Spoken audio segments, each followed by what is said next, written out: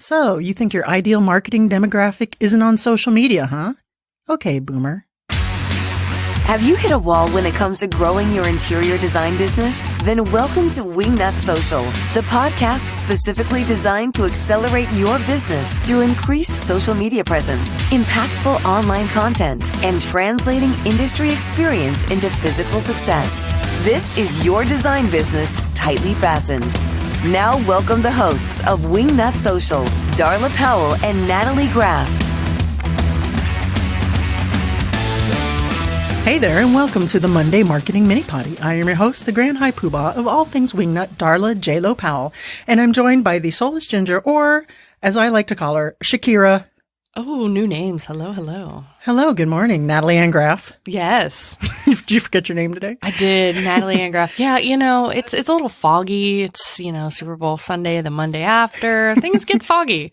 And we have a stowaway this morning. Oh, Mango's in the studio this morning. He's such a good boy. He's curled up right here with me. He's such a good boy. Natalie, I'm very happy with the outcome of yesterday's Super Bowl for one big reason. And I know that reason. What is that? The Patriots were not involved. The Patriots were not in it. Shape, or form. So that was really all I cared about. How about you? Yeah. I can go with that. I can live with that for sure. Sorry, I know we have a lot of fans listening who are Patriots lovers, but we don't hold that against you. This is business, not personal. We still love you. That's right. We're not going to hold anything against anybody on anybody's football team. It's all love here. Exactly. All's fair in love and pigskin. Natalie and Shakira Giraffe. Yes, Darla Jethro Powell. Darla Jethro J-Lo Powell. Thank Lord, you. All these new names, Darla. I paid good money My for that head name. cannot do this today with you and your new names, and you change it on me every podcast. How am I supposed to remember everything? Well, you're not. You're supposed to just sit there and look pretty. Oh, I can do that. Okay, continue. Natalie, a lot of designers that come to us are a little questioning, skeptical, askance about social media and the demographic that might be on social media for their ideal focus group target client, because they like to market to an older demographic, because those older demographics tend to have a lot more education, a lot more time, a lot more money in the bank, expendable income. They've been through some hard knocks. They know what it is, what the luxury part is of hiring an interior designer, et cetera, et cetera. Okay, I'm following. Are you, though? Well, you said I had to just sit here and look pretty, so I'm pretending to. You're doing one of those. Okay, good. So what Darla's trying to say here, after she's done picking on me a while, is designers usually rely a lot on referrals. And in the ever-changing day and age, referrals are great. Everybody loves good referrals, but you got to get out there on your social media and get your social media game going. And you would be surprised some of these numbers that we have for you guys and the platforms of the big surprise at the end of the show is which platform pretty much blew me out of the water. I go, yeah, right. You screwed up on your research, Darla. She go like, no, I'm not kidding. This is serious. So the first platform is Facebook, because that is where your older demographic is. We all know that most of the older generation is on Facebook. I know we like to bandy about words like most, and we all know, but I actually have some stats for you, Natalie. So give them. Depending on the focus of your design firm and what your age group is, and a lot of the designers out there are very familiar that Facebook does skew to an older demographic. But I think you'll see as we go along with this little mini potty that thank you. The other platforms like Instagram, I even have Twitter in here just for fun, just for kicks, just so we can point and laugh at it. And a surprise platform at the end. The numbers blew me away. If you are marketing towards young professionals from 30 to 49, Facebook has a whopping 79% of them. Even better, if that's still a little too young for you, if you're marketing to ages 50 to 64, 68% of people are on Facebook. And you know, Natalie, that people from the ages of 50 to 64, 68 to 69% of them buy something online at least once or twice a month. Wow. I know. I read that. I'm like, well, I'm 51 and I buy stuff online about 30 times a month. So my dad buys stuff online, but that's usually a phone call to me, honey, can you get this for me? Does that count? I mean, he's in that age group. Right. So you might be thinking, okay, great, Darla. 68% of my ideal client, 50 to 64, is on Facebook, but what kind of income are we talking? Well, just so we didn't get too boring, I didn't list all the incomes. I kind of picked the sweet one, which is the 75,000 income range and over. 75 would be the minimum. And 74% of that age group are in that income bracket. So, 75 would be at the low end of an income for interior designers, but that goes up. There is no high-end cap on that. And 74% of Facebook users have a college education. Oh, wow. I think that's important. Yeah. Don't you? My ideal client, the avatar that we picked out, is college educated. Absolutely. That is important because they have the knowledge. They've been through life. Like you just said, they've got all that extra stuff. They've been there, done that. Or as we like to call it, book learning. Book learning. Natalie, next is our favorite platform. Instagram. Let's talk about Instagram. So their demographics, age range from 30 to 49, they have 47% of the users on Instagram in that age range.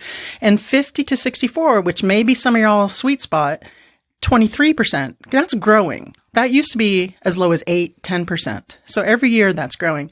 Natalie, I think our sweet spot, which we found out lately, our ideal clients are in the 30 to 49 range. Wouldn't you say? That's where we're getting the bulk of our... Absolutely. Maybe. Absolutely. Maybe if I really had to dial it in, I'd say 30 to 52. Okay.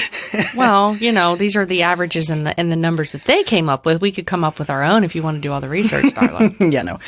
And also for income range, anything over 75,000, the audience percentage is 42%, and 43% of users on Instagram are college educated. That's not bad. So that is definitely growing. And what I like about Instagram that Facebook doesn't have is it's really visual. It's a great place for interior designers to show off their work and to really get their name out there and their aesthetic.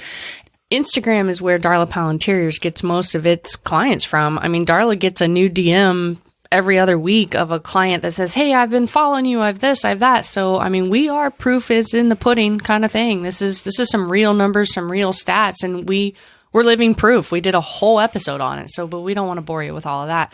We're going to talk about Twitter. Darla, why'd you put Twitter in here? Because Twitter does have some respectable numbers, but if you're going to focus on your social media accounts and you have limited bandwidth, it would be at the bottom of the barrel. I'll just share with you real quick. 30 to 49-year-olds, 26% on there.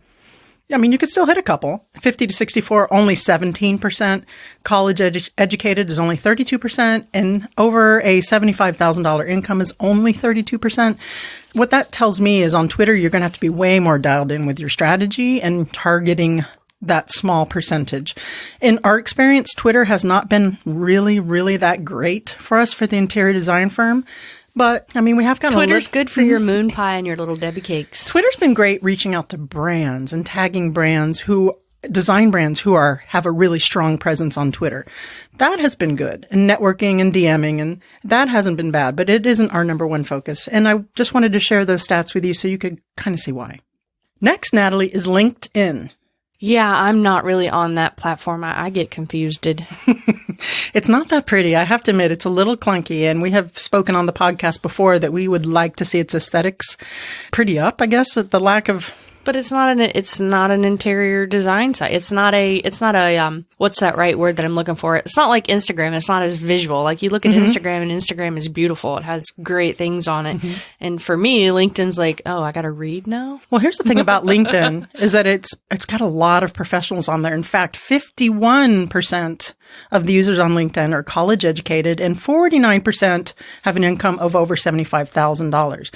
So that's higher. Yeah. So if you want to reach those lawyers and doctors and professionals and that is your avatar and you have LinkedIn left out, then you might be missing the boat. The ages 50 to 64, only 24%, 30 to 49, 37%. But I think that would make up in that income and education level. Absolutely. And this last surprise one that you have, I'm reading these numbers, and Darla's writing's terrible, by the way, if anybody cares to know that. I should have been a doctor. Yeah. And these numbers, it looks like she really screwed up, but she says they're real. So go ahead, Darla. So, you spent all that money on your shiny new website, but how do you know it's getting the job done and attracting real-life clients?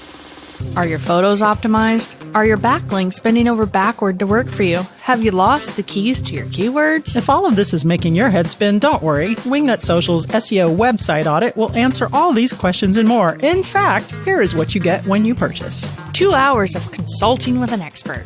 A crawlability check for broken links. Site performance. Metadata checks. Metadata is what helps Google know where to rank your page. On-page SEO. Length messaging, duplicate content, mobile audit headers. There's just so much to learn. Yeah, keywords and content suggestions. You'll get a list of keywords for you to target and content suggestions for targeting them. And of course, those backlink audits to make sure they're going to help you or hurt you. Are they helping or hurting you? You'll find out by going to wingnutsocial.com/services and just check out the SEO website audit. It is a one-time fee and it's a tremendous value. Now back to the show. All right, you guys know we've been pushing video the last couple of mini potties. So this is really just the icing on the cake, again, for reaching your ideal demographic. You know, we've already proven that you have your ideal demographic if it's a little bit of an older demographic on Facebook, definitely, Instagram, definitely, even on LinkedIn and Twitter. I think this one's going to knock your socks off and really prove to you the value of being on video. The number one platform for demographics from ages 30 to 49, 50 to 64, income and college education was, guess what, Natalie? YouTube. You freaking tube. I saw these stats and I was like, holy cow, I need to do more YouTube video. Video is king. I'm telling you, video is king, and this is only getting stronger. Age groups. If your demographic is 30 to 49, 87% of ages 30 to 49 are on YouTube. If your ideal target demographic is 50 to 64, what do you think that is, Nat? That's about 70%. 70% of your target demographic uses YouTube. 65 plus. That's 38%, and that's a lot for 65 plus. That's a lot. And guess what percentage makes over $75,000 a year on YouTube? 83%. 83%. But the best part is 80% of those people have a college education. I mean, that's crazy. And here's something I thought was interesting. This is just a bonus stat. 74% of YouTube users live in a suburban area. So if your focus is on residential designs, this is just like part of the argument I'm making. If you guys can see what I'm saying, you see what I'm spinning at you here. If you think that old people, I can, I'm 51. You're old. Mm-hmm, I'm old. I might be your ideal client. I'm all over this. Your target audience is on social. And what are you going to do when the referrals run out? You still need to get that pipeline stoked. And remember, social media marketing is a long game, can be a long game. So you want to establish yourself, establish your presence, get yourself on video. What if you decide to move? What if for some reason you need to pick up and move your design firm? You need that social media presence. You have to get yourself out there in that new city. And what better way to do it than YouTube, Instagram, LinkedIn, all of these platforms? Attack them and go for it. Yeah, what do you have to lose? Nothing. Because nobody in that town knows who you are. And even in your hometown now that you're in, there's no reason you shouldn't be doing social. Social is the wave of advertising. You're not passing out flyers anymore. You're not sending postcards and mailers. It's what are they doing on Insta? What are they doing on social media? So Natalie, these are some pretty impressive stats. I was actually surprised to see that our target demographic had those higher percentage in there. And social's been terrific for us, but this just really helped to dial in why it's been so terrific for us. So if you're sitting on the fence and you're out there just relying on referrals and maybe your pipeline's drying up a little bit and you haven't really thought about getting on social because you think that the older demographic isn't there, I hope that this has educated you a little bit about the power of social. And just remember, this is stats for 2020 or the fourth quarter of 2019. These are always growing. Even TikTok, who I didn't cover, started out as teeny boppers. You get on there now, a whole bunch of middle-aged women, middle-aged men. We're ruining it for all the little kids. Natalie, I just did want to add one piece of housekeeping before we get into the bloopers. Let me guess. Of which there should be plenty. I know. There's plenty of bloopers on this one.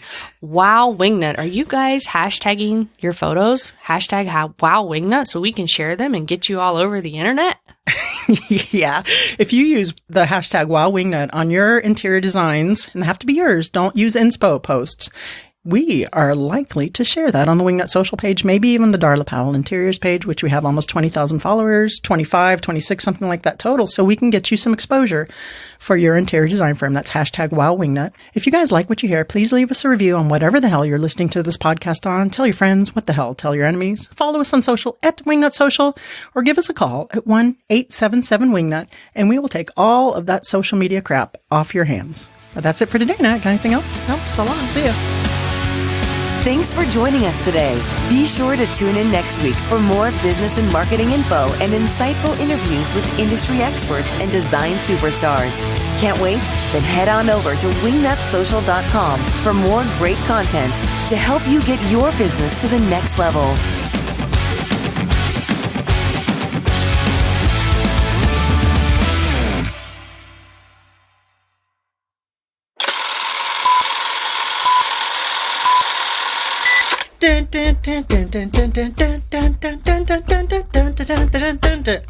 You do the part. Darla. Yes. Focus. This is how I warm up for a show. You know I have to get ridiculous. That doesn't take much. No, well, it does take some, though. Okay. Okay, you got...